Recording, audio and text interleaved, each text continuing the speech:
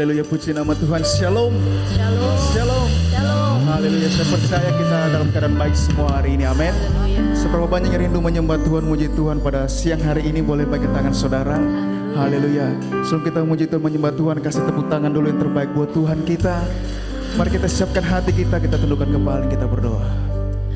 Kami bersyukur, kami berterima kasih Tuhan untuk kasih setiamu dalam kehidupan kami Tuhan. Semua karena anugerah-Mu Tuhan kami ada sampai hari ini Tuhan. Kami rindu membawa pujian yang terbaik hanya bagi nama-Mu Tuhan Yesus. Berkati setiap kami yang ada di tempat ini Tuhan. Biar kami memberi yang terbaik hanya bagi-Mu Tuhan Yesus. Terpuji nama-Mu, kami siap memuji Engkau, menyembah Engkau. Hanya dalam nama Tuhan Yesus sama-sama kita katakan amin. Haleluya, terima kasih. Kami mau mengikuti Engkau Tuhan Yesus sepanjang hidup kami Tuhan. Terima kasih Tuhan Yesus.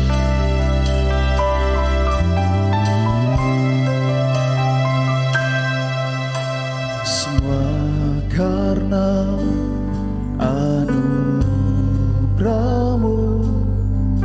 hari ini ada, ya Tuhan Yesus. Bukan karena kuatku, namun karena Roh-Mu. Ku bawa hatiku,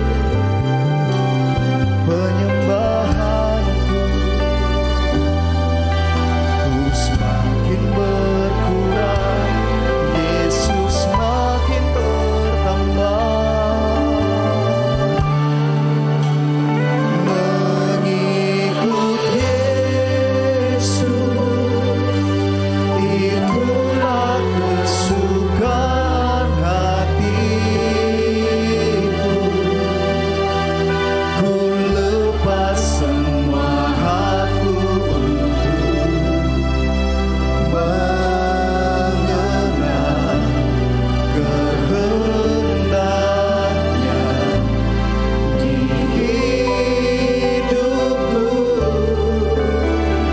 Mengiring Yesus, itulah keselamatan hidupku. Ya Tuhan, ku yakin anugerah-Nya mampu jadikanku hamba-Nya berkenan selalu. Mari sekali lagi kasih tepuk tangan buat Tuhan Yesus. Oh, katakan semua karena anugerah-Mu hari ini ada. Bukan karena kuatku, ya Tuhan, namun karena Roh-Mu. Kami membawa hati kami, membawa hatiku, ya Yesus, penyembahanku, ku semakin berkurang, Yesus makin bertambah. Mengikut Yesus,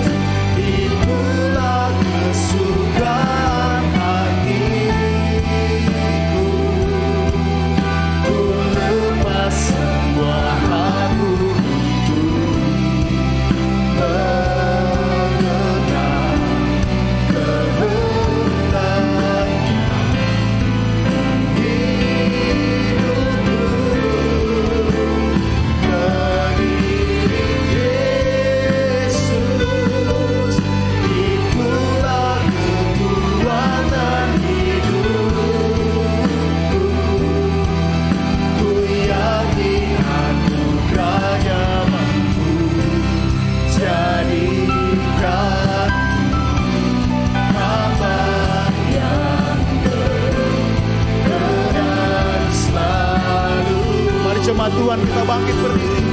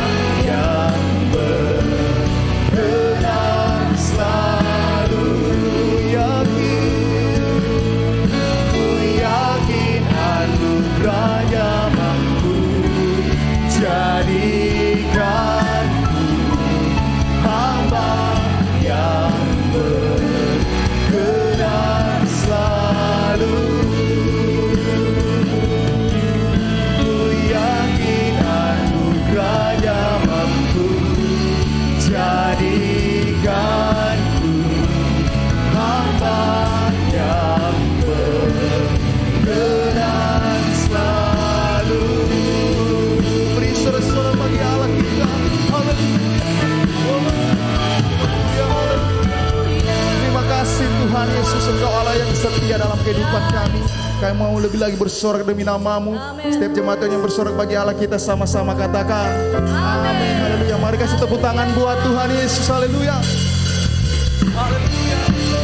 Mari kita bersorak buat Allah kita pada pagi hari ini.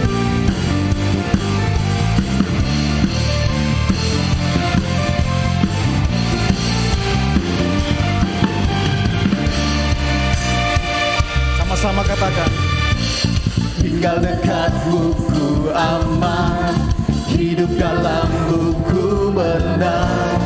Kau yang memegang hidupku di tanganmu. Amin.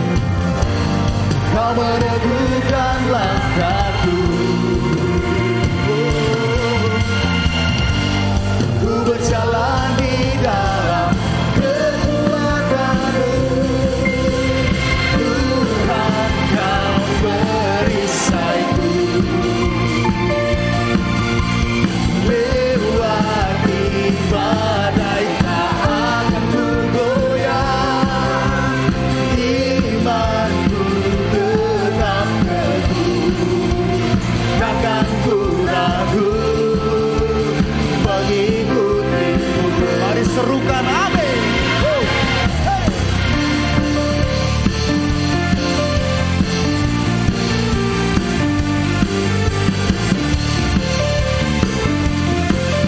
Lebih semangat lagi kita katakan pujian ini. Tinggal dekat buku aman, hidup dalam buku benang. Kau yang memegang hidupku di tangan-Mu. Kau meneguhkan langkahku. Ku berjalan di dalam kekuatan-Mu.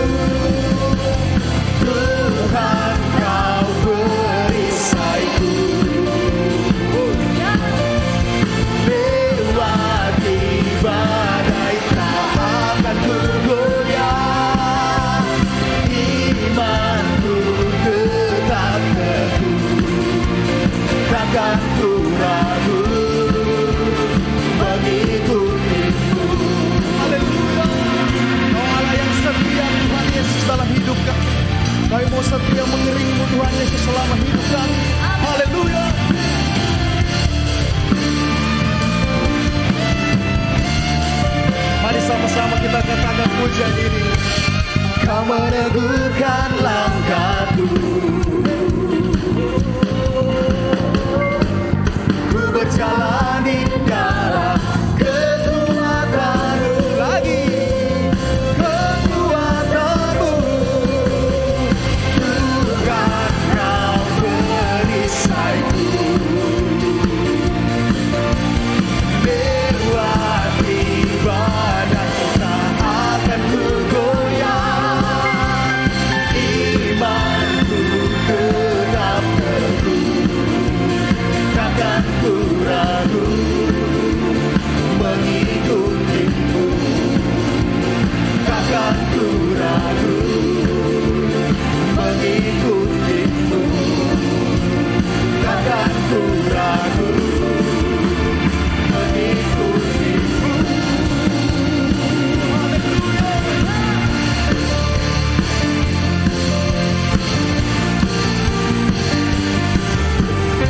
Beri sorak-sorak bagi Tuhan kita. Haleluya, haleluya. Saya persilakan jemaat Tuhan untuk kembali. Kita akan mempersiapkan persembahan kita.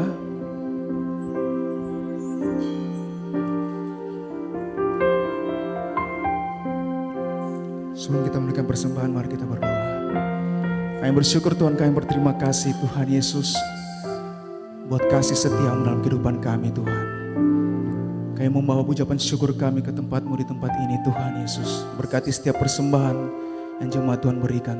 Berkati pekerjaan mereka, usaha mereka Tuhan. Bahkan seluruh kehidupan mereka Tuhan Yesus berkati. Begitu juga hamba-hamba Tuhan yang menjalankan kantong persembahan. Tuhan Yesus yang memberkati kehidupan mereka. Terima kasih. Kami siap memberi yang terbaik hanya bagi-Mu dalam nama Tuhan Yesus. Sama-sama kita katakan amin.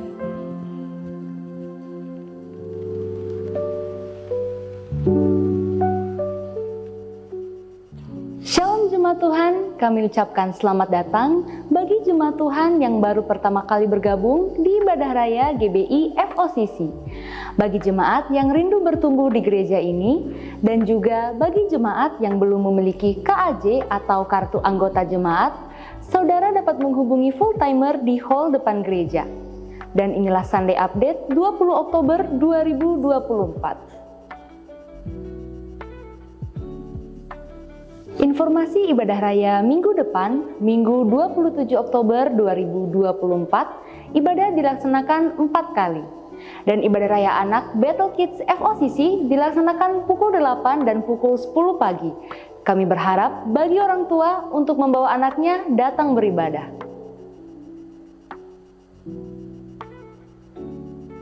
Ibadah Wanita Battle Indonesia dilaksanakan setiap hari Rabu pukul 5 sore bertempat di gedung utama.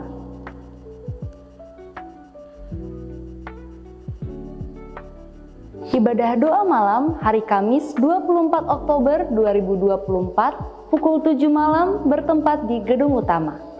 Bagi jemaat yang butuh didoakan, ada hamba-hamba Tuhan yang akan mendoakan saudara. Ibadah doa puasa setiap hari Jumat bertempat di Menara Doa. Ibadah doa puasa akan dilaksanakan dalam 4 sesi. Sesi pertama pukul 9 sampai 10 pagi, sesi kedua pukul 10 sampai 11 siang, sesi ketiga pukul 11 sampai 12 siang, dan sesi keempat pukul 12 sampai 1 siang.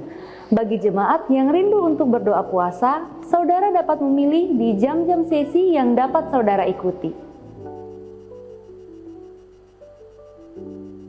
Bagi teman-teman Youth Teens, mari bergabung di ibadah Youth Teens Special Gen Talk with Daniela Claudia Aquila, Putri Indonesia Sulawesi Tengah 2023, Selasa 22 Oktober 2024, pukul 7 malam bertempat di gedung utama. Ibadah profesional muda akan dilaksanakan hari Rabu 23 Oktober 2024 pukul 7 malam bertempat di gedung utama. SMK Saya Murid Kristus kelas berakar angkatan ketiga akan dilaksanakan pertemuan terakhir hari Jumat 25 Oktober 2024 pukul 7 malam. Untuk itu diharapkan bagi para mentor kelas berakar untuk mengingatkan para mentinya. Bagi jemaat yang akan memberikan persembahan kedua yang saudara berikan akan dipergunakan untuk mendukung pelayanan misi penginjilan.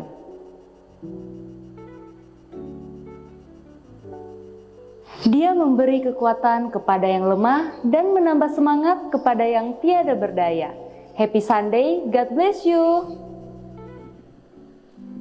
Haleluya, puji Tuhan. Saya percaya kita tidak salah memilih untuk mengikut Tuhan Yesus. Amin, saudara. Sebab Dia Allah kita yang setia, Allah yang selalu ada di setiap musim dalam hidup kita. Amin. Haleluya, haleluya. Sebab itu mari siapkan hatimu, kita lebih lagi mau sembah Tuhan. Haleluya, Engkau baik bagi kami Tuhan, Engkau setia. Terima kasih Tuhan. Haleluya. Haleluya Yesus.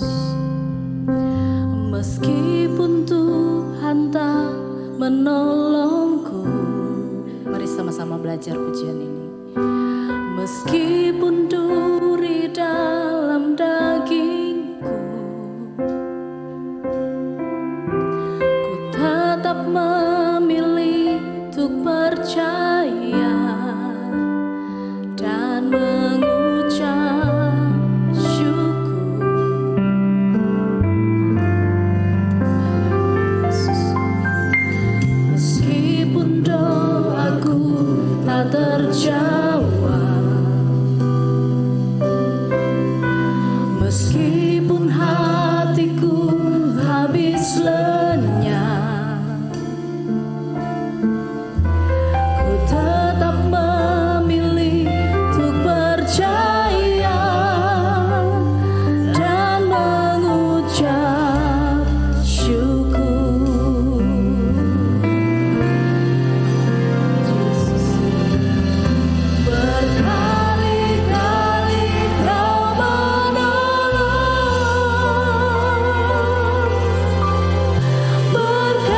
berkali-kali Kau kuatkan dalam rasa sakit. Engkau ada, Yesus setia.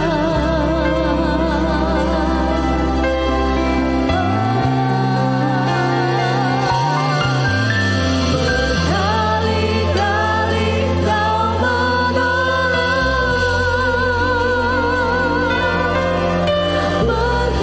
berkali-kali Kau kuatkan dalam lembah gelap. Engkau ada, Yesus setia. Dia Allah yang setia, amin saudara. Nyanyikan sekali lagi. Meskipun Tuhan tak menolongku, Yesus. Meskipun duri dalam dagingku, kami tetap memilih untuk percaya. Untuk percaya dan mengucap syukur. Mari datang pada Tuhan dengan ucapan syukur di hatimu. Meskipun doaku tak terjawab, oh Tuhan, meskipun dagingku habis lenyap, kami memilih untuk tetap percaya Tuhan. Untuk percaya dan mengucap syukur. Berkali-kali Kau menolong, berkali-kali Kau kuatkan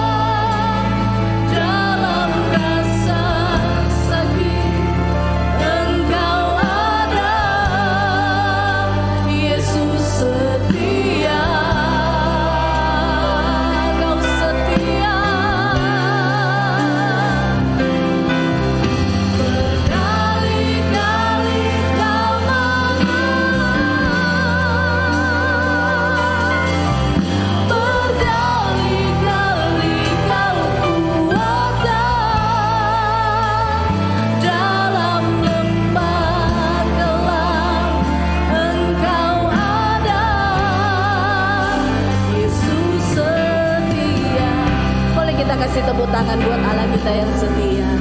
Saya rindu jemaat nyanyikan. Nyanyikan saudara. Meskipun Tuhan tak, nyanyikan sebagai doamu di hadapan Tuhan. Percaya dan bersyukur.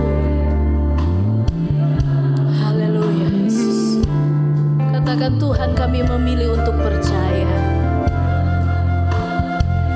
dan kami bersyukur dan mengucap syukur. Amin, amin. Meskipun dengar setiap seruan kami,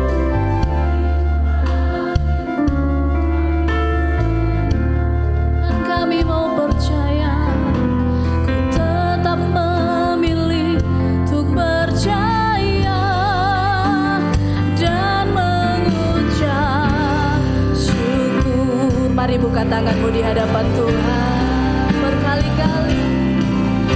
Berkali-kali kau menolong ya Tuhan. Berkali-kali kau kuatkan dalam rasa Engkau ada bagi kami Tuhan. Sebab Yesus setia.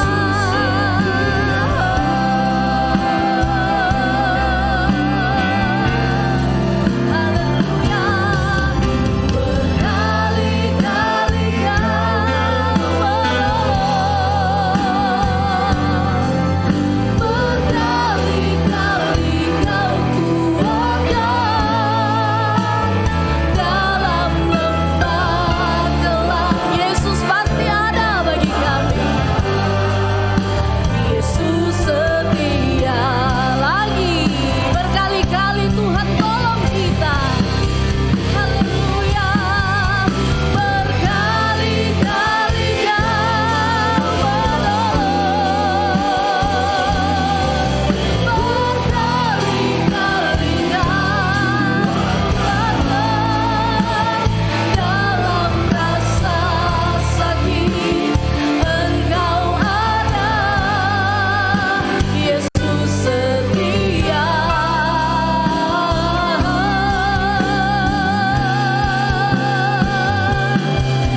Berkali-kali kau menolong, dan kau selalu kuatkan kami Tuhan. Dalam lembah gelap Engkau ada. Yesus setia. Saudara, mungkin ada di antara saudara yang hari-hari ini sudah berdoa sama Tuhan, tapi doamu belum dijawab Tuhan. Ingat baik saudara, kita ada di tempat ini, kita bisa sehat, kuat, kita bisa diberkati. Bukankah itu salah satu kesetiaan Tuhan dalam hidupmu? Percaya sama Tuhan, Dia Allah yang sanggup melakukan segala perkara yang terbaik dalam hidupmu saudara. Kami percaya Engkau setia dalam hidup kami Tuhan. Kami percaya Kau tidak pernah tinggalkan kami Tuhan. Dalam hal apapun dalam kehidupan kami, Engkau tetap setia bagi kami. Dan kami mau berkata kepadamu, mari buka tanganmu saudara. Kita mau kuatkan iman kita di hadapan Tuhan. Percaya Dia Allah yang setia dalam hidupmu dan hidupku. Haleluya, Jesus. Mari jemaat Tuhan nyanyikan bersama dengan saya. Haleluya. Berkali-kali kau, Jesus. Berkali-kali kau kuatkan dalam rasa sakit kami Tuhan. Engkau selalu ada bagi kami, Jesus.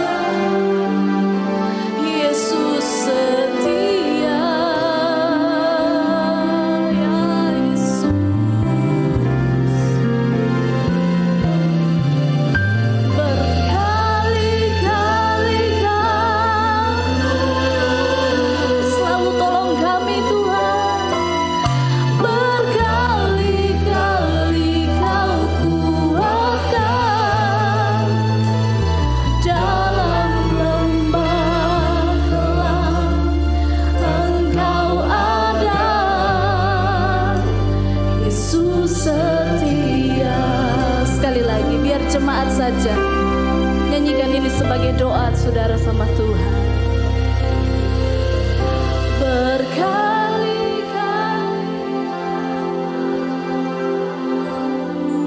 ya Yesus,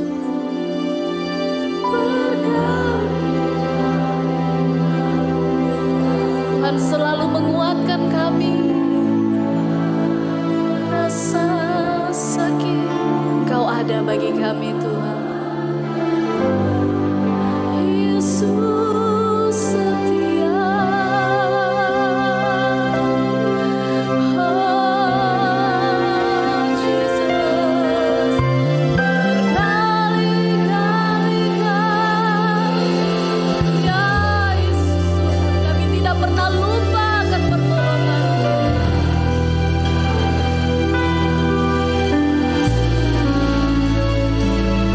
Dalam lembah kelam Engkau ada, Yesus setia. Katakan dalam lembah kelam sekalipun, dalam lembah kelam Engkau ada, Yesus setia. Sekali lagi,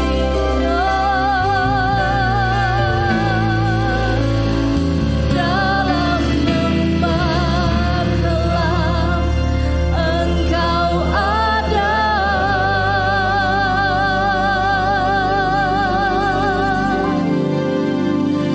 Yesus setia.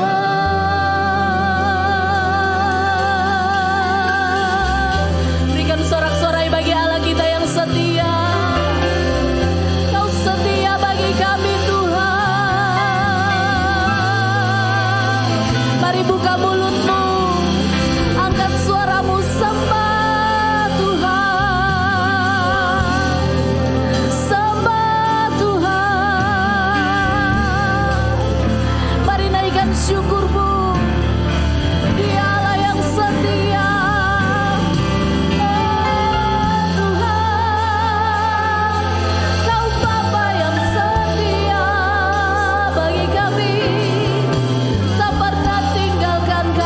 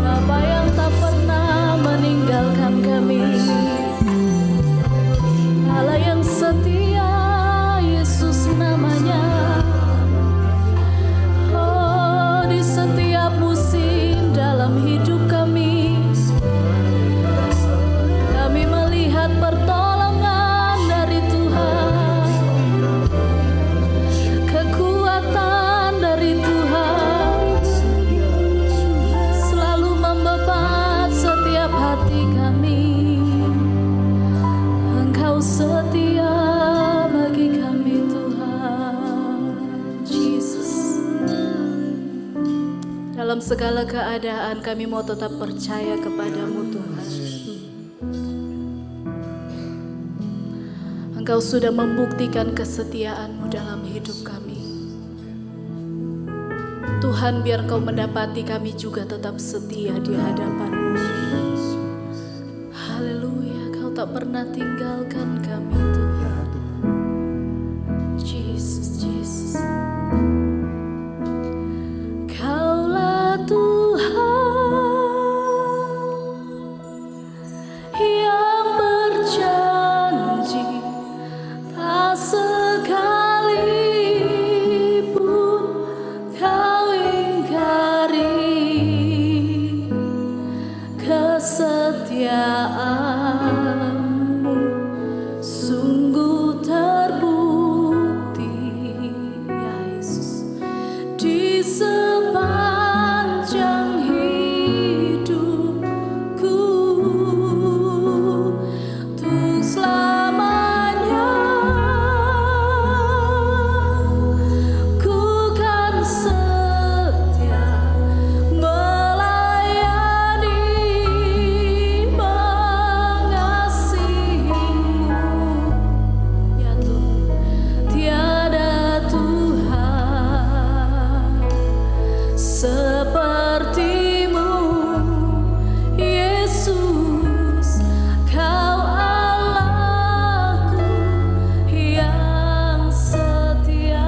Sekali lagi, Kaulah Tuhan Yesus yang berjanji. Kau tidak pernah mengingkari setiap janji-Mu dalam hidup kami Tuhan. Amin, amin, amin, amin Tuhan. Kesetiaan sungguh terbukti di sepanjang hidupku selamanya. Kami mau setia, kami mau melayani Engkau dengan segenap hati kami Tuhan. Mengasihimu, tiada Tuhan seperti-Mu Yesus, Kau Allahku yang setia. Mari berdiri bersama Bapak Ibu. Kaulah Tuhan yang berjanji sekalipun Kau ingkari Tuhan. Kesetiaan-Mu terbukti bagi kami Tuhan. Amin, amin. Di sepanjang hidupku untuk selamanya kami mau setia melayani mengasihimu. Tiada Tuhan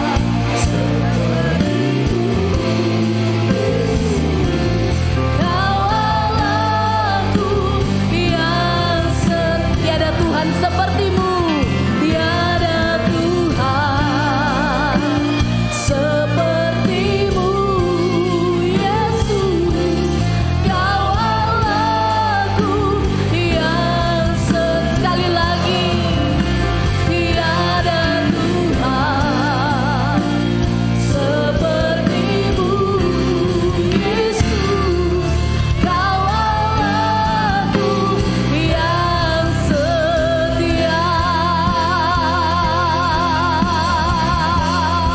Sorak-sorai bagi Allah kita. Haleluya. Sungguh kami bersyukur kepadamu Tuhan, bahwa kalau pada saat ini kembali kami boleh berada di dalam rumah Tuhan, ini adalah bukti bahwa Engkau adalah Allah yang setia. Kami menyadari Tuhan berkali-kali Engkau telah menolong kami. Berkali-kali Engkau memberikan kekuatan, tapi seringkali kami tidak merasakan kesetiaan Tuhan. Kehadiran kami pada saat ini bukan kebetulan, tetapi semua karena kemurahan Tuhan. Sekalipun ada banyak hal yang Tuhan tidak memberikan jawaban sesuai dengan apa yang kami inginkan, tetapi Tuhan yang paling tahu apa yang Engkau harus lakukan bagi kami, sebab Tuhanlah yang tahu jalan hidup kami. Itulah sebabnya Tuhan mengajar kami untuk selalu bersyukur, bahwa kalau kami boleh ada sampai saat ini menikmati segala berkat-berkat Tuhan, itu adalah anugerah Tuhan yang besar atas hidup kami. Terima kasih Tuhan. Saatnya kami akan menyediakan hati kami, pikiran kami untuk mendengar dan menerima firman-Mu. Mari Tuhan, biarlah semua kami dapat mempersiapkan hati kami menjadi tanah yang baik, agar supaya firman Tuhan yang kami dengar bersama boleh tertanam dan bertumbuh berbuah dalam kehidupan kami. Sembunyikan hamba-Mu di belakang salib kemuliaan Tuhan, agar semua yang ada pada Tuhan itu yang nampak bagi kami. Oh Tuhan, Engkau tolong hamba-Mu, urapi hamba-Mu, agar apa yang keluar dari mulut hamba-Mu itu seturut dengan kehendak-Mu ya Roh Kudus. Terima kasih Bapa, kami siap untuk dengar firman-Mu. Dalam nama Yesus kami sudah berdoa. Haleluya. Amin. Puji Tuhan. Silakan duduk. Shalom Bapak Ibu Saudara yang dikasihi oleh Tuhan Yesus Kristus. Firman Tuhan pada siang hari ini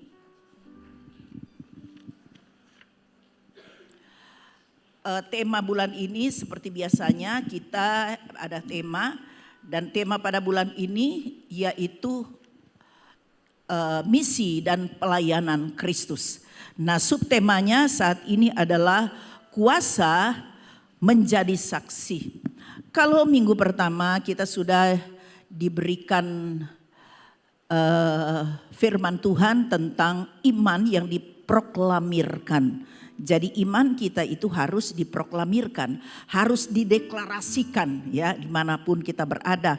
Minggu kedua itu minggu lalu adalah ketulusan dan kerendahan dalam melayani Tuhan.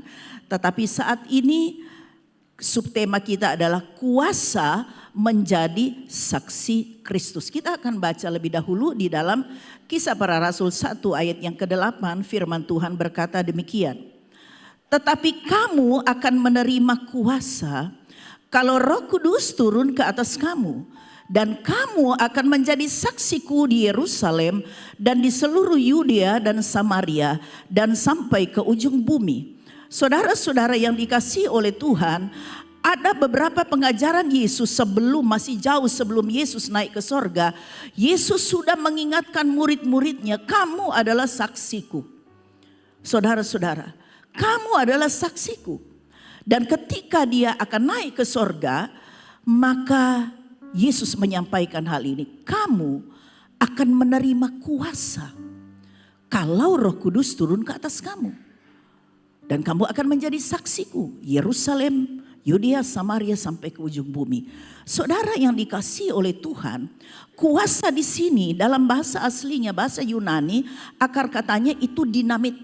Ya, kalau bahasa Inggrisnya dinamo, ya.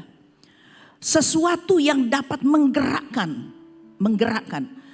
Atau dia memiliki daya ledak yang kuat, dinamit, ya. Kalau mungkin dalam bangunan-bangunan yang mau diruntuhkan mungkin pakai ya namanya kekuatan dinamit itu ya, saya kurang tahu. Jadi dia meledakkan. Nah, kuasa yang akan diberikan kepada murid-muridnya untuk menjadi saksi itu adalah kuasa Roh Kudus. Dan memang Roh Kudus ini sudah dijanjikan oleh Tuhan Yesus. Kalau dia naik ke sorga, maka dia akan mengirimkan seorang penolong. Itulah Roh Kudus.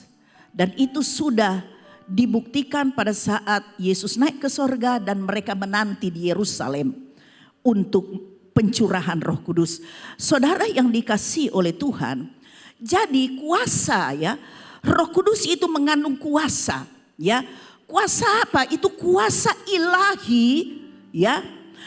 Kuasa ilahi yang bekerja secara aktif dalam kehidupan orang percaya. Tanpa kita sadari ada kuasa Roh Kudus yang bekerja secara aktif.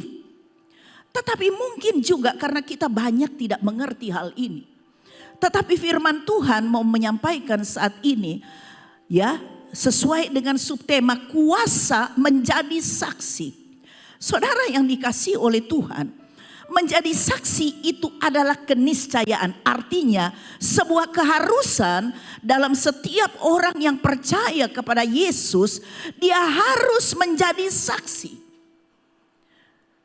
Harus menjadi saksi. Saudara-saudara, karena ini adalah pesan Tuhan Yesus. Di dalam Matius 28 ayat 19 sampai ayat 22. Di situ adalah amanat atau perintah agung Tuhan Yesus. Pergi. Jadikan semua bangsa itu muridku. Dan baptislah mereka dalam nama Bapa, Anak dan Roh Kudus. Dan ajarlah mereka melakukan segala sesuatu yang telah kuperintahkan kepadamu. Dan ketahuilah aku menyertai kamu senantiasa sampai kepada akhir zaman. Aku di sini adalah Roh Kudus. Karena Roh Kudus adalah bagian dari Trinitas. Yaitu Bapa, Anak dan Roh Kudus. Itu satu, hakikatnya itu Allah, sama saudara-saudara. Dan Roh Kudus inilah yang ada di dunia ini sampai sekarang bekerja dalam kehidupan orang-orang percaya. Nah saudara-saudara, untuk apa kuasa Roh Kudus itu dicurahkan? Untuk memberikan kita orang percaya kekuatan, kemampuan untuk menghadapi situasi apapun di dunia ini. Dunia tidak semakin hari semakin baik, saudara. Tetapi dunia semakin hari semakin tidak baik. Situasi dan keadaan dunia ini jangan dipikir baik-baik saja dengan kecanggihan teknologi yang hebat. Tetapi saudara-saudara, dunia sedang menuju pada kehancuran. Yohanes 1 Yohanes 2 ayat 17. Dan dunia ini sedang lenyap dengan segala keinginannya. Tetapi orang yang melakukan kehendak Allah akan kekal selama-lamanya. Dunia sedang lenyap. Itulah sebabnya orang-orang percaya perlu kuasa, yaitu kuasa Roh Kudus. Kuasa Roh Kudus bukan untuk memampukan kita bertahan dalam dunia yang jahat ini, tetapi juga yang penting saudara, kuasa Roh Kudus itu memampukan kita untuk bersaksi. Karena saudara, kita dipanggil untuk satu tujuan, bukan hanya sekedar jadi orang Kristen, jadi anggota gereja. Bukan yang sekedar itu. Tidak ada gereja yang menyelamatkan adalah Yesus. Saudara-saudara, jangan kita bangga kalau kita sudah ada di gereja FOCC, sudah ada di GKI, sudah ada di mana-mana, di Betani, di tidak perlu dibanggakan, saudara. Karena kekristenan tidak bisa menyelamatkan. Saudara yang dikasihi oleh Tuhan, dan kuasa Roh Kudus ini itu penting bagi kita. Karena itu menggerakkan kita untuk melakukan sesuatu bagi Tuhan. Kita bisa menjadi saksi Kristus. Saudara-saudara, di dalam Efesus 2 ayat 8 sampai ayat yang ke-10, kita baca secara cepat, ayat ini sudah berulang-ulang disampaikan. Sebab karena kasih karunia kamu diselamatkan oleh iman. Itu bukan hasil usahamu, tetapi pemberian Allah. Jadi hanya karena iman kita kepada Tuhan, maka kita diselamatkan, kita dapat kasih karunia. Ini bukan hasil pekerjaanmu. Jangan ada orang yang memegahkan diri. Ayat 10. Karena kita ini buatan Allah, diciptakan dalam Kristus Yesus. Untuk apa saudara? Melakukan pekerjaan baik yang dipersiapkan Allah sebelumnya. Ia mau supaya kita hidup di dalamnya. Apa artinya saudara? Kita bukan hanya sekedar puas jadi orang Kristen. Kita puas sudah menjadi salah satu anggota gereja. Tetapi dipersiapkan, kita diselamatkan. Dipersiapkan Allah sudah dari sebelumnya. Supaya kita hidup di dalamnya. Kita berbuat untuk Tuhan. Kita melakukan kehendak Tuhan. Kehendak Tuhan itu adalah sesuai dengan amanat agungnya. Pergi jadikan semua bangsa muridku. Kita menjadi saksi-saksi Kristus. Saudara yang dikasihi oleh Tuhan, itulah sebabnya saya mengatakan tadi bahwa menjadi saksi Kristus tidak mudah. Menjadi saksi-saksi Kristus dalam hidup kita itu tidak mudah. Mungkin saudara pikir, Aduh, sudah saya jadi saksi Kristus. Kalau saya jadi saksi Kristus, saya mau jaga khotbah. Bukan itu.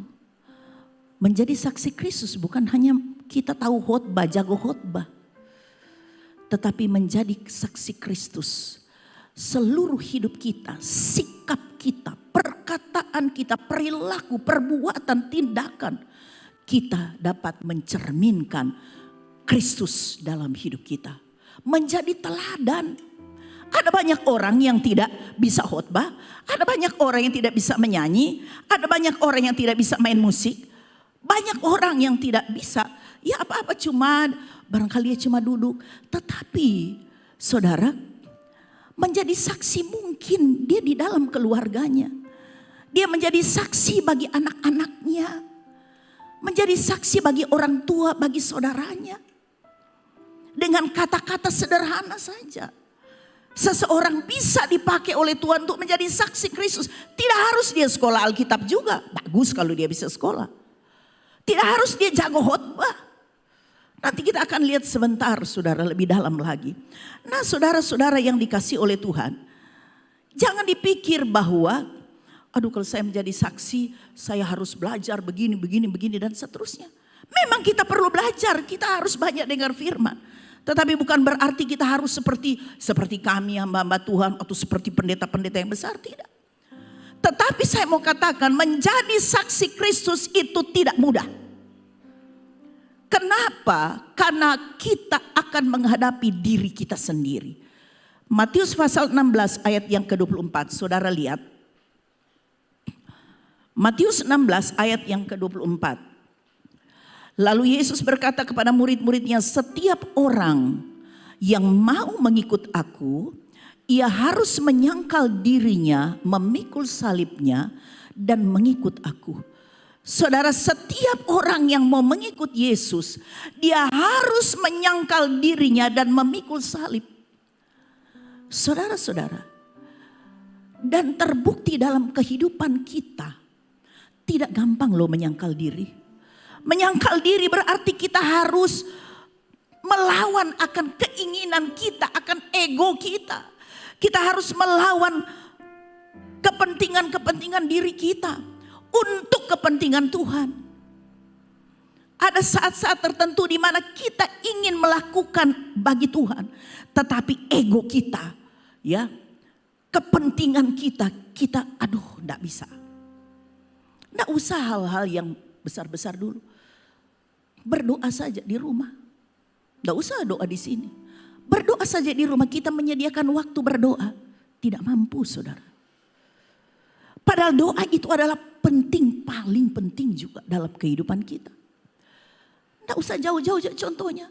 Hari ibadah tetapi kita lebih mementingkan keinginan-keinginan yang lain. Mungkin kita mau pergi kemana, ataukah kita ada acara dengan teman dan lain sebagainya. Kemudian kita mau ada penyangkalan diri, saudara. Banyak orang Kristen tidak mampu. Saudara-saudara, itulah sebabnya Tuhan berkata, kalau engkau tidak bisa menyangkal diri dan pikul salib, engkau itu kesulitan loh ikut aku. Itu kalau saya membahasakan ya dengan lebih sederhana lagi. Karena kita harus menyangkal diri dan memikul salib. Mengikut Yesus tidak mudah. Itulah sebabnya saya katakan menjadi saksi itu tidak mudah, saudara. Saudara yang dikasihi oleh Tuhan Yesus Kristus. Tetapi menjadi saksi Kristus itu sebuah keharusan. Saya katakan bukan hanya dengan kita khotbah, kita jadi evangelis menginjil kemana-mana. Tetapi dengan apa yang ada pada kita. Dengan profesi kita. Saudara. Dengan berkat-berkat yang Tuhan berikan bagi kita. Kita bisa untuk melayani dia. Kita bisa ambil bagian dalam pelayanan untuk menjadi saksi Kristus. Saudara-saudara yang dikasihi oleh Tuhan. Mungkin saja. Ada banyak orang yang hanya melihat orang dari luar. Wah dia hebat, dia itu pelayanannya luar biasa, dia menjadi saksi. Wih hebat, khotbahnya hebat begini dan begitu saudara. Dan kemudian melihat orang yang kelihatan sederhana, yang tidak ada buat apa-apa. kemudian kita cepat menjudge, apa juga dia tidak ada yang dia buat. Belum tentu saudara, manusia menilai dari apa yang dilihat dari luar, tetapi Allah melihat hati, Allah tahu. Satu saat D.L. Moody adalah seorang hamba Tuhan, dia penginjil yang luar biasa. Begitu banyak orang yang bertobat dan kalau dia khotbah luar biasa. Satu saat dia bermimpi, ini cerita nyata ya saudara. Satu saat dia bermimpi, sebenarnya bukan bermimpi, dia seperti mendapatkan sebuah penglihatan antara sadar dan tidak sadar. Seperti Rasul Paulus lah ya, yang melihat penglihatan. Dia itu masuk ke dalam sorga. Dan dia sambut luar biasa. Kemudian dia melihat di depannya ada mahkota yang indah, indah sekali. Kemudian dalam hatinya dia berpikir, tentu mahkota ini untuk aku. Tahu-tahu ada suara yang berkata begitu dekat dengan dia. Kamu kira itu mahkota untuk kamu? Dia kata, untuk siapa? Untuk ibu tua yang selalu berada duduk di belakang di dalam gereja. Yang ketika engkau berkhotbah, engkau berpikir ibu itu sedang tidur. Tapi tahukah kamu, dia itu sedang berdoa. Engkau bisa dipakai Tuhan dengan luar biasa karena doa ibu itu. Jadi selama khotbah-khotbah dia begitu setia ibu itu. Selama dia berkhotbah, ibu itu selalu berdoa. Bahkan di rumahnya dia selalu berdoa.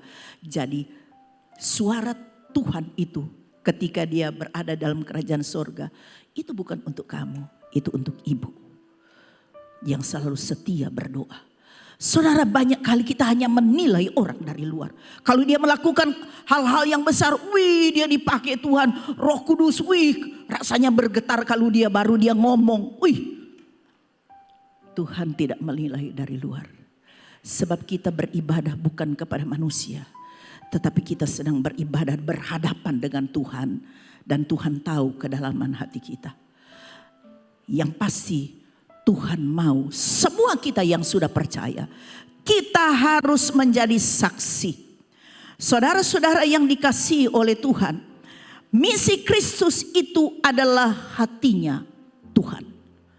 Misi atau penginjilan itu adalah hatinya Tuhan seperti itu. Saudara-saudara yang dikasihi oleh Tuhan Yesus Kristus.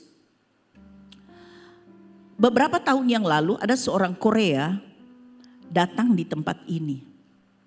Jadi satu saat waktu dia di Korea dia mendapatkan mimpi atau penglihatan bahwa dia melihat Yesus sedang menangisi Indonesia. Saya lupa itu tahun berapa ya. Ya mungkin 2010 ya atau 2011, sudah lama. Atau sebelumnya. Yesus sedang menangisi Indonesia. Dia begitu tergerak. Tergerak untuk datang ke Indonesia. Dan dia menggunakan apa saudara? Ya dia bawa, dia punya motor. Saya tidak tahu mungkin dengan kapal laut ya. Dia bawa. Nanti sampai di sana dia mungkin dengan pesawat. Ya tentunya dia tidak menceritakan juga sedetail itu. Tapi dia menggunakan motor. Ya. Dia di Jakarta kemudian dia keliling daerah-daerah yang ada di Indonesia. Sampailah dia di Kota Palu. Itu dia menceritakan. Saya sungguh diberkati, rasanya saya nangis saudara. Bagaimana hatinya untuk orang yang bukan bangsanya. Tetapi ketika Yesus memberikan penglihatan kepada Yesus menangisi Indonesia. Dia datang tergerak hatinya untuk menginjil. Dan salah satu yang dikunjungi adalah gereja kita waktu itu. Ada beberapa gereja juga yang dikunjungi. Dia sampaikan itu. Dia ingatkan kepada orang Kristen. Supaya kita bisa memiliki hatinya Tuhan. Karena hatinya Tuhan itulah misi, pelayanan, penginjilan. Saudara yang dikasihi oleh Tuhan Yesus Kristus. Ketika Yesus bersama murid-muridnya melihat orang banyak itu berbondong-bondong untuk mendengar pengajaran Yesus. Dan dikatakan di dalam Injil Matius 14 ayat 15 karena hari sudah hampir malam. Maka Oh ya, mungkin coba di ayat yang ke-16. Di situ dikatakan, tergeraklah hatinya, atau sebelumnya ya, saya juga sudah lupa tadi ya, catat. Jadi tergeraklah hati Yesus oleh karena belas kasihan. Karena murid-muridnya berkata, suruh pulang ini orang-orang ini, hari sudah mulai gelap. Tapi Tuhan Yesus bilang, kasih makan mereka. Kemudian di dalam bagian di dalam Injil Lukas yang lain, ya, mereka berkata, haruskah kami mengeluarkan 200 dinar, ya, untuk membeli roti, memberi makan 5.000 orang ini?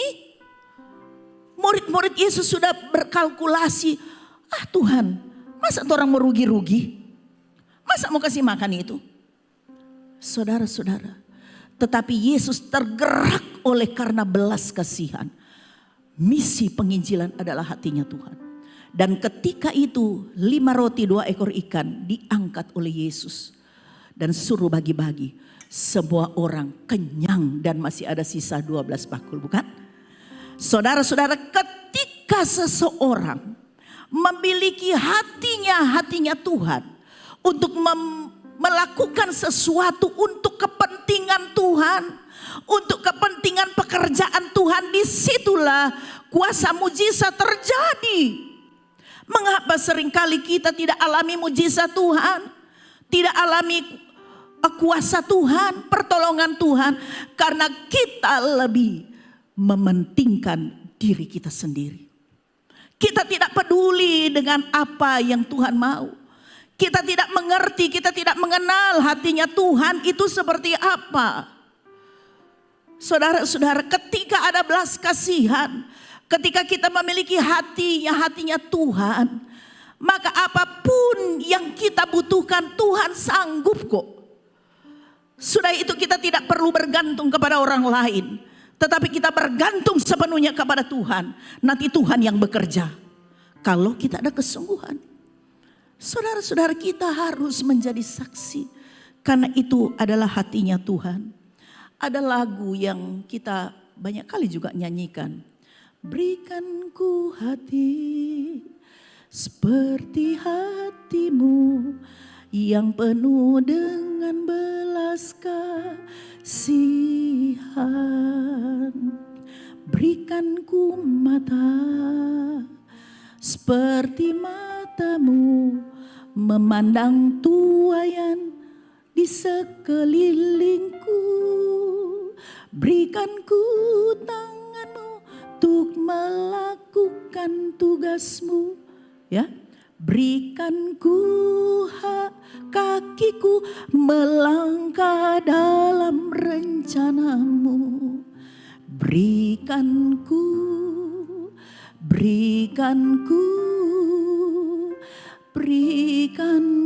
hatimu. Saudara, menyanyi lagu ini tersentuh, itulah hatinya Tuhan. Tetapi banyak kali kita tidak peduli. Saudara yang dikasihi oleh Tuhan, kita tidak akan mungkin bisa melakukan itu kalau tidak ada Roh Kudus dalam hidup kita. Saya katakan tadi, menjadi saksi Kristus bukan hanya melalui kata-kata, tetapi melalui sikap dan perilaku kita sehari-hari. Menjadi saksi bukan nanti di gereja, sebab di gereja semuanya kelihatan suci, kelihatan semua rohani. Tetapi bagaimana kehidupan kita di rumah, bagaimana kehidupan kita di luar, itulah yang akan menentukan. Sebab ada banyak tantangan-tantangan, masalah hidup akan kita temui. Beranikah kita menjadi saksi? Ada banyak orang Kristen, tidak usah bersaksi, ngomong, sembahyang saja, berdoa di kafe, berdoa di rumah makan, malu kok. Ya, malu. Karena saya pernah melihat ya orang berdoa pura-pura begitu. Karena malu untuk dilihat orang. Kita seringkali kalah dengan Agnes Monica. Ketika dia berhasil meraih pemenang di Festival Film Indonesia, barangkali FFI. Dia berkata, terpujilah Tuhan saya, Tuhan Yesus Kristus yang sudah menolong saya. Terima kasih Tuhan Yesus. Kita seringkali kalah. Kita malu mengaku bahwa kita ini adalah orang-orang yang percaya kepada Yesus. Kita juga kalah dengan Randy Pangalila yang menang boxing itu. Waktu dia menang, dia katakan, terima kasih Tuhan, puji Tuhan. Tuhan sudah menolong saya. Saudara, kita kalah dengan mereka. Mereka artis. Tetapi mereka punya keberanian untuk menyaksikan bahwa Kristus itu adalah Tuhan dan Juru Selamat. Kita hanya bisa melihat, artis begini. Tetapi kita sendiri yang mungkin masuk keluar gereja, tetapi kita malu untuk menjadi saksi. Saudara-saudara yang dikasihi oleh Tuhan Yesus Kristus. Sesuai dengan tema, kuasa menjadi saksi. Kita tidak akan mungkin bisa menjadi saksi Kristus tanpa kuasa Roh Kudus. Itulah sebabnya kita perlu introspeksi hidup kita. Apakah Roh Kudus itu masih bekerja, masih ada, ya, bekerja dalam hidup kita? Ataukah Roh Kudus itu sengaja kita bungkem dengan perilaku kita, dengan keegoisan kita? Saudara-saudara, ada banyak orang Kristen dan hamba-hamba Tuhan gagal menjadi saksi Kristus. Sekalipun dia orang hebat, mungkin dia seorang pengkhotbah yang hebat, kata-katanya indah. Wah, dia seorang teolog, ya. Dia fasilida, tidak seperti kita di sini, apa adanya, saudara ya. Dia hebat, tetapi dia gagal. Perilakunya tidak menjadi berkat bagi orang lain. Saudara, tidak ada gunanya. Malah mempermalukan Tuhan. Saudara-saudara yang dikasihi oleh Tuhan. Waktu saya dengan adik saya, Lydia, pelayanan di satu daerah. Kemudian hamba Tuhan yang di situ menceritakan kepada kami pengalamannya pergi dalam konferensi, pokoknya konferensi rohani lah, gereja, tapi itu dihadiri oleh semua denominasi gereja di Korea. Nah, banyak hamba-hamba Tuhan dari berbagai-bagai negara. Kemudian itu kan ada aturan-aturan ya. Jadi kalau laki-laki ada tempatnya ya, kayak di bangsal begitu ya, ada tempat tidur. Perempuan sendiri, jadi walaupun suami istri itu ya harus pisah ya, begitulah aturannya ya. Apalagi orang-orang Korea kan saklek ya, agak itu ya. Jadi tidak seperti orang Indonesia ya itu. Jadi sudah ada aturan, tetapi ada seorang pendeta yang memaksakan diri harus dengan istri. Ya mungkin menggunakan, kan suami istri harus menjadi satu. Jadi tidak bisa dong kami dipisah. Lah ini kan Tuhan kan kasih hikmat kita di mana kita berada. Jangan buta-buta menggunakan ayat Alkitab. Masa mau gabung dengan laki-laki semua? Dia paksa. Jadi cuma keluarga ini suami istri yang ada semuanya laki-laki. Ada yang perempuan. Saudara, apakah begini? Jadi itu menjadi sesuatu yang tidak baik kesaksiannya. Dan pada waktu antre, mungkin mau antre naik pesawat atau apa ya. Jadi pendeta-pendeta, karena lama dia jengkel, dia pergi ke depan, dia geser orang. Orang kan marah. Apa dia bilang? Saya pendeta. Loh saudara, apakah pendeta boleh langgar aturan? Saya pendeta. Aduh, memalukan saudara. Malu yang pendeta-pendeta lain. Memangnya pendeta bisa seenaknya. Justru pendeta harus beri contoh biar dia panjang sampai bagaimana. Antre itu memang adalah sebuah kedisiplinan. Coba saudara-saudara. Apakah harus seperti begitu mentang-mentang pendeta? Saudara, pernah Pak Anton Yosef menyampaikan di tempat ini. Dia ditipu berapa miliar, 2 atau 3 miliar. Sama siapa saudara? Seorang pendeta yang pengusaha. Sampai dia belum lama lunasi, dia bekerja untuk melunasi. Saudara-saudara, itu kan, bagaimana kita menjadi saksi, biar pelayanan kita hebat. Pendeta itu pelayanannya hebat loh saudara. Firmannya bagus, tidak ada yang salah, saya kan dengar itu. Tetapi kenapa begitu hidupnya? Malah mempermalukan Tuhan, menjadi batu sandungan orang lain. Saudara-saudara yang dikasihi oleh Tuhan Yesus, tanpa Roh Kudus kita akan menjadi orang Kristen yang lemah dan mudah jatuh di dalam dosa. Itulah sebabnya perlu kita dipenuhi oleh Roh Kudus. Tanpa Roh Kudus, saudara-saudara, kita akan mudah jatuh, kita tidak akan mungkin bisa bertumbuh. Iman kita akan terus-terus begitu, bahkan iman kita bisa mati. Kita tidak mungkin bisa menyangkal diri kalau tidak ada kuasa Roh Al-Kudus bekerja di dalamnya. Ada banyak kegagalan-kegagalan dalam kehidupan orang-orang percaya, termasuk hamba-hamba Tuhan. Karena dia berfokus bukan kepada Kristus, tetapi berfokus pada dirinya sendiri. Itulah sebabnya gereja kita mengganti nama GBI FOCC, Focus on Christ Church. Gereja Bethel Indonesia yang berfokus pada Kristus. Memang harusnya begitu. Bukan berfokus pada pendeta, gembala atau hamba-hamba Tuhan. Sebab kita ini juga masih sementara disempurnakan. Ada saja seringkali kita juga ada kesalahan. Kalau kita berfokus pada manusia, sekalipun kepada pendeta, kepada gembala, dia punya kesalahan, maka kita akan menjadi lemah. Saya mungkin sudah sampaikan beberapa minggu yang lalu. Kalau fokus kita kepada manusia bukan kepada Kristus. Bagaimana kita mau fokus kepada Kristus? Kristus tidak pernah kelihatan.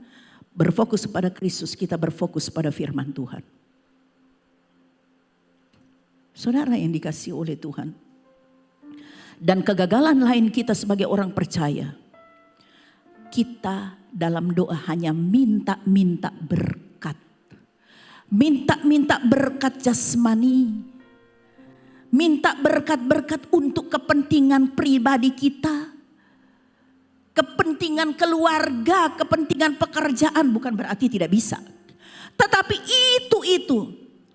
Tetapi ada hal yang paling penting yang kita tidak pernah minta. Coba kita baca.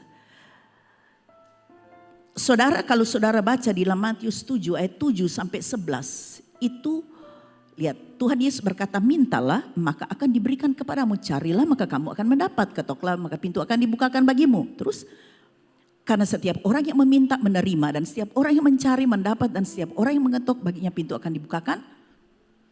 Adakah seorang daripadamu yang memberi batu kepada anaknya jika ia meminta roti? Atau memberi ular jika ia meminta ikan?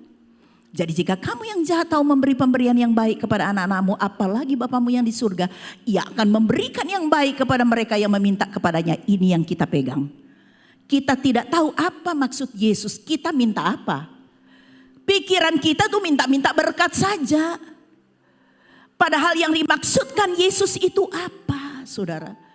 Apa yang paling penting yang harusnya kita minta? Lukas 9 ayat 13 saja. Ayat 13 sama itu kata-katanya. Ayat 13 mungkin ya. Jadi jika kamu yang jahat tahu memberi pemberian yang baik kepada anak-anakmu, apalagi Bapamu yang di sorga, ia akan memberikan Roh Kudus kepada mereka yang meminta kepadanya. Roh Kudus, saudara. Karena kalau kita minta Roh Kudus itu akan memampukan kita melakukan sesuatu, memampukan kita untuk kita bisa menentukan atau kita bisa mengambil keputusan-keputusan yang benar, memampukan kita untuk melakukan sesuatu, bukan saja untuk diri kita tetapi juga untuk orang lain dan juga kepada Tuhan. Itu yang dimaksud Tuhan. Bukan hal-hal yang bersifat jasmani. Tetapi kita kan berdasarkan firman Tuhan betul. Tapi yang Yesus maksudkan minta Roh Kudus. Karena Roh Kudus itu adalah kekuatan untuk kita bisa menjalani hidup kita. Kalau Roh Kudus ada dalam hidup kita, apa yang mustahil bagi manusia, bagi Tuhan tidak ada yang mustahil. Nah, saudara yang dikasihi oleh Tuhan, itulah yang kita harus pahami.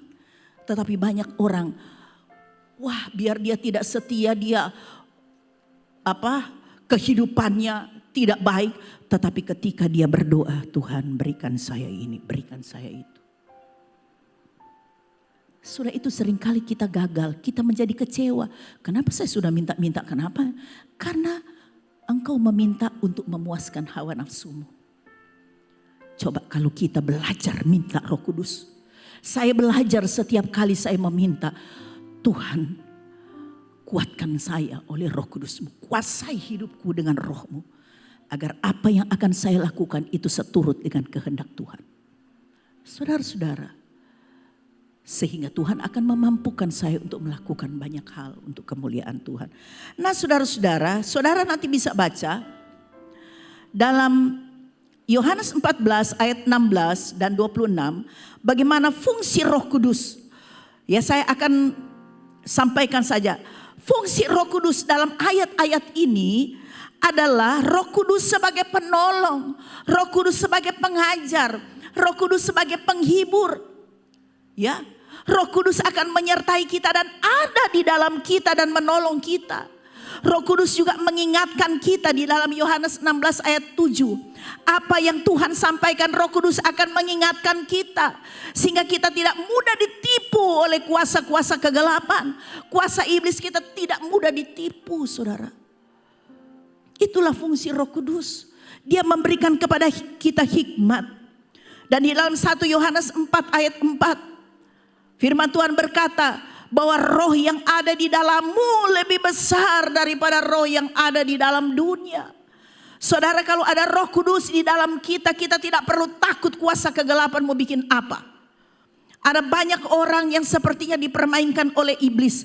Sehingga dia banyak percaya pada okultisme. Ya, segala hal-hal yang mistik-mistik. Dia dipermainkan oleh iblis. Oh, cari kaya, pergi ke gunung sana, pergi ke kuburan nenek moyangmu. Dipermainkan, saudara. Tetapi kalau ada kuasa Roh Kudus, dia akan memberikan hikmat kepada kita. Saudara yang dikasihi oleh Tuhan Yesus. Dan bagaimana peran Roh Kudus dalam kehidupan kita. Saudara, dia mentransformasi karakter. Dia mentransformasi pikiran kita. Sehingga cara pandang kita bukan lagi cara pandang dunia. Saudara, contohnya Sakius. Sakius sebelum dia bertemu Yesus, pikirannya supaya dia menjadi kaya raya. Kesempatan jabatannya itu dia salah gunakan. Dia peras orang. Seharusnya dia tagih pajak sekian, dia tagih pajak melebihi. Sehingga dikatakan dia menjadi kaya raya. Dia seorang pemungut cukai, kalau sekarang dipajak ya. Dia menjadi orang yang kaya raya. Cara pandangnya seperti mau jadi kaya harus menipu. Mau jadi kaya korupsi. Mau jadi kaya harus ambil jalan pintas. Itu pikiran dunia. Tetapi ketika dia bertemu dengan Yesus, cara pandangnya berubah. Karakternya dia berubah. Sehingga dia katakan, setengah dari hartaku aku akan berikan kepada orang miskin. Dan kalau ada yang kuperas, aku akan menggantikannya itu 4 kali lipat. Sekalipun mungkin dia akan jadi miskin. Dia tidak peduli. Karena apa? Karena ada perubahan paradigma. Perubahan karakter. Saudara, Roh Kudus akan membuat kita seperti itu. Kita tidak usah takut, oh nanti saya jadi begini. Kalau saya berubah begitu nanti bagaimana saya jadi miskin. Itu pikiran kita manusia, pikiran Tuhan tidak seperti itu. Roh Kudus bekerja sesuai dengan rencana Tuhan untuk kehidupan kita lebih baik lagi ke depan. Kita harus yakin itu, saudara. Saudara yang dikasihi oleh Tuhan. Hal yang kedua, ada keberanian untuk bersaksi. Coba perhatikan Petrus, orang yang penakut. Tetapi dia dirubah oleh Roh Kudus menjadi orang yang berani. Ya, dia berkhotbah 3.000 orang bertobat. Ada keberanian, murid-murid Tuhan Yesus begitu juga. Mereka adalah orang yang ketika Yesus mati, ya mereka pikir itu ya sudah tidak ada andalan mereka. Mereka berkurung di satu tempat ya. Mereka takut nanti jangan-jangan mereka juga nanti ditangkap oleh laskar-laskar Romawi. Karena nanti provokasi dari orang-orang Yahudi dan ahli Taurat. Mereka bersembunyi, tetapi ketika Roh Kudus memenuhi mereka, maka mereka menjadi orang yang berani bersaksi. Di dalam sejarah ditulis murid-murid itu tersebar di berbagai penjuru dunia. Di Roma, di Eropa, di Turki, sekarang Asia Kecil dulu, sekarang Turki. Di Rusia, di Yunani, di Mesopotamia, Irak ya. Ethiopia, di Afrika. Thomas itu di India saudara ya. Dan kemudian di Mesir. Saudara-saudara mereka berani menyaksikan. Kalau ada Roh Kudus dalam hidup kita. Kita berani melakukan hal yang benar. Tapi kita takut melakukan hal yang salah. Saudara yang dikasih oleh Tuhan. Kita hidup juga masih dalam daging. Seringkali kita jatuh. Tetapi orang yang memiliki kuasa Roh Kudus. Dia akan cepat sadar, dia peka dengan suara Tuhan. Maka dia akan segera bangkit, dia bertobat. Itu untungnya orang yang dipenuhi oleh Roh Kudus. Itulah sebabnya pentingnya kita selalu berdoa untuk itu. Minta Roh Kudus. Dalam pengurapan minyak saudara-saudara, sekalipun mungkin ada orang yang tidak percaya apa itu pengurapan minyak. Saudara-saudara, dalam pengurapan minyak itu kan lambang saja. Ya, kita didoakan supaya Roh Kudus memenuhi kita, menguasai kita. Kita perlu itu Roh Kudus. Itulah sebabnya saya juga setuju kalau ada 10 hari biasanya menjelang pencurahan Roh Kudus. Itu biasa gereja-gereja Pentakosta biasanya. Tetapi dulu waktu kami masih di Manado, almarhum papi saya ya, mami saya juga setiap menjelang ketuangan Roh Kudus itu 10 hari minta kepenuhan Roh Kudus. Roh Kudus itu harus setiap hari diminta sebab sewaktu-waktu kita bisa jatuh. Kalau kita tidak minta, kita lemah saudara. Kita gampang ditipu. Kita gampang stres, kita gampang frustrasi, kita gampang depresi. Banyak anak-anak muda itu yang meninggal tuh bunuh diri. Tidak ada pengharapan. Orang yang dipenuhi kuasa Roh Kudus tidak akan mungkin bisa sampai depresi, sampai mau bunuh diri. Tidak mungkin. Saudara yang dikasihi oleh Tuhan Yesus. Dan hal yang ketiga yang terakhir. Peran Roh Kudus dalam hidup kita menghasilkan buah-buah kehidupan. Dimanapun kita berada, kita disenangi orang. Walaupun dalam soal doktrin pengajaran, kita dibenci. Mereka tidak suka. Tetapi dalam pergaulan bersosialisasi, kita akan disenangi saudara. Ya, sama seperti gereja mula-mula di dalam Kisah Para Rasul 2 ayat 47 itu ditulis. Mereka disukai oleh semua orang dan tiap-tiap hari Tuhan menambahkan jumlah mereka dengan orang yang diselamatkan. Saudara, kita bisa menjadi berkat dimanapun kita berada. Orang melihat kehidupan kita, orang tertarik untuk bisa percaya Yesus. Dalam rumah tangga kita mungkin anak kita belum percaya, mungkin orang tua kita belum percaya. Ya masih setengah-setengah. Mungkin saudara kita belum percaya. Tetapi dengan perilaku kita. Ketika kita dipenuhi Roh Kudus, kita akan bisa membawa mereka kembali kepada Tuhan. Tapi kalau kita tidak dipenuhi Roh Kudus, tidak ada kuasa untuk itu. Saudara yang dikasihi oleh Tuhan, jangan kita menjadi orang-orang Kristen yang toksik. Saudara tahu ya, toksik itu orang-orang yang yang tidak disukai. Ada saya dalam perkumpulan kami, ya waktu saya pergi ke Manado atau kemana, saya mendengar teman-teman, kalau kita kumpul-kumpul, saudara enggak usah dia. Kalau ada dia kacau, DP mulu kok begini. Itu namanya toksik. Tidak disukai, menyebalkan. Ya. Itu tandanya kita tidak menjadi saksi. Kita tidak mempermuliakan Tuhan. Saudara yang dikasih oleh Tuhan, Matius 5 ayat 16. Sebagai ayat terakhir ini ya, ada lagi satu. Demikianlah hendaknya terangmu bercahaya di depan orang, supaya mereka melihat perbuatanmu yang baik dan memuliakan Bapamu yang di sorga.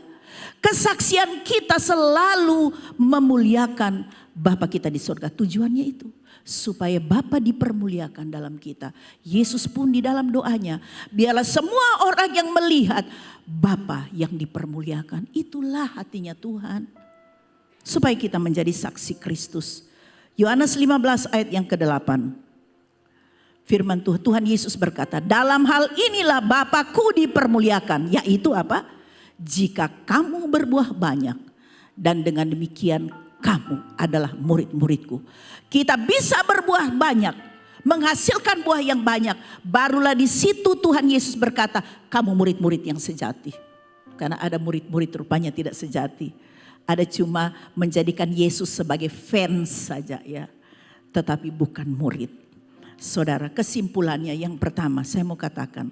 Roh Kudus akan memampukan kita untuk melakukan kehendak Tuhan. Kita bisa menjadi saksi-saksi Kristus dalam situasi apapun. Yang kedua, Roh Kudus membuat kita peka terhadap sesuatu. Sehingga kita tidak mudah untuk jatuh di dalam dosa. Kita peka terhadap suara Tuhan. Sehingga kita tidak mudah jatuh. Dan yang ketiga, mintalah selalu agar kita dipenuhi oleh Roh Kudus. Roh Kudus akan menguasai hidup kita. Lukas 11 tadi ayat yang ke-13. Dan yang terakhir, Roh Kudus itu adalah jaminan bahwa orang percaya akan menerima janji keselamatan sampai ke akhir. Saudara bisa baca dalam Efesus 1 ayat 13 sampai ayat yang ke-14. Saudara, biarlah kita semua bisa mengerti bahwa Tuhan menginginkan supaya saudara dan saya, kita semua jadi saksi-saksi Tuhan. Maka kita baru dikatakan kitalah murid-murid yang sejati. Tuhan memberkati. Saya undang kita bangkit berdiri, kita akan tutup ibadah kita.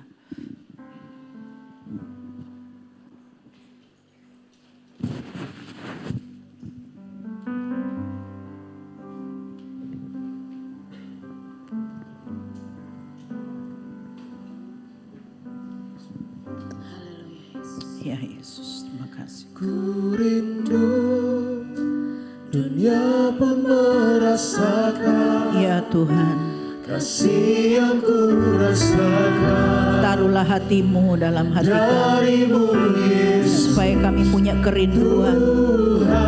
Supaya banyak orang yang mengenal Engkau Yesus. Semua yang kau lakukan, Semua yang Tuhan lakukan bagi kami. buat dunia mengerti, Agar supaya dunia mengerti kau menunjukkan Engkau adalah Allah yang Maha Kasih. kasih. Tolong kami Tuhan, tolong kami. Ku rindu dunia pun merasakan kasih yang ku rasakan darimu Yesus. Tuhan, ku rindu semua yang kau lakukan membuat dunia mengerti. Kau menunjuk Sekali lagi Allah itu. terima kasih Tuhan, terima kasih. Haleluya. Oh Tuhan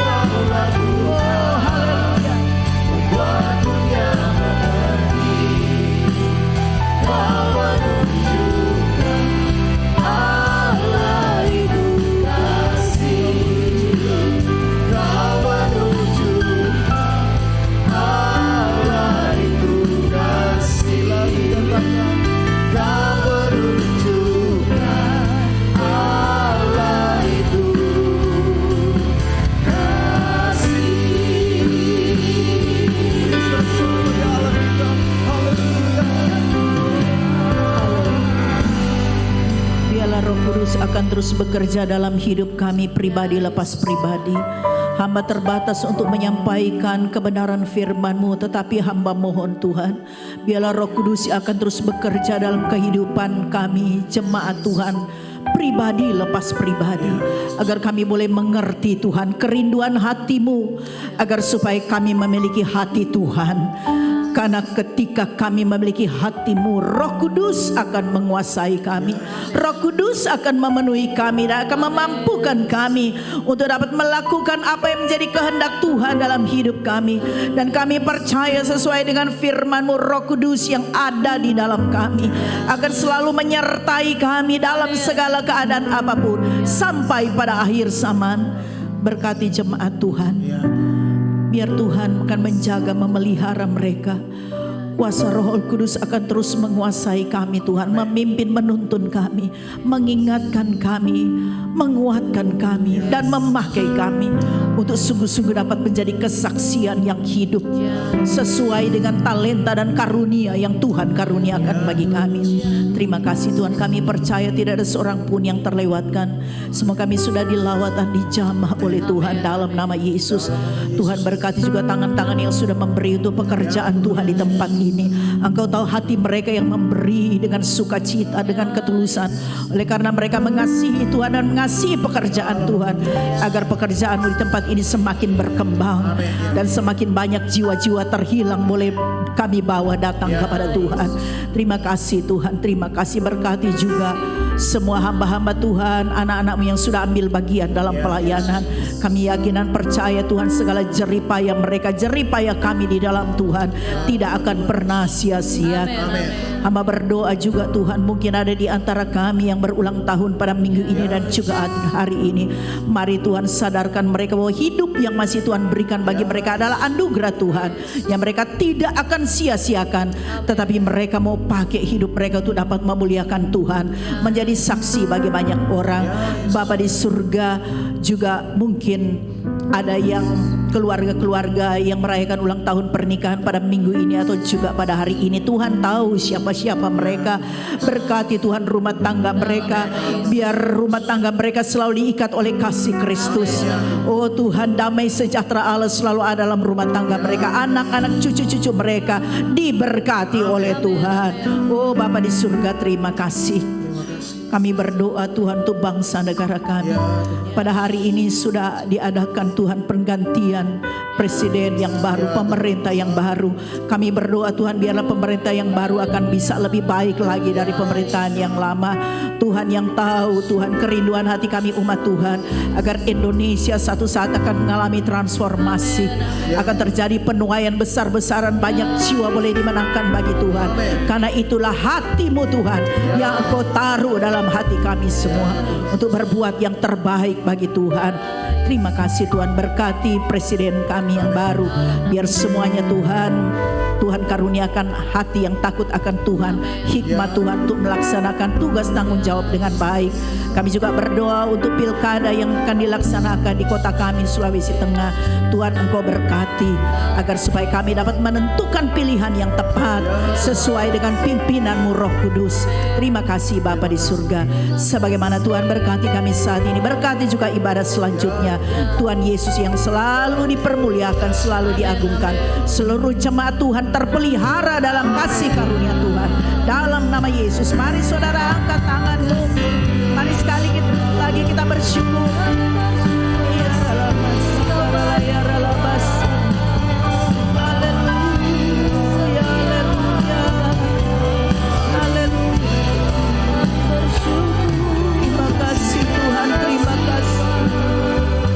Tuhan memberkati engkau dan melindungi engkau. Tuhan menyinari engkau dengan wajah-Nya dan memberikan engkau kasih karunia. Tuhan mengharapkan wajah-Nya kepadamu dan memberikan engkau damai sejahtera. Sebab itu saudaraku yang dikasihi oleh Tuhan Yesus, marilah kita pulang bersama-sama dengan berkat rahmat dari Allah Bapa, yaitu di dalam nama Tuhan kita Yesus Kristus, dan persekutuan dengan kuat kuasa Roh Kudus akan senantiasa menyertai kita semua, senantiasa memelihara dan melindungi kita, menguatkan kita setiap saat, serta memberkati kita semua mulai saat ini sampai Tuhan Yesus datang kembali. Haleluya.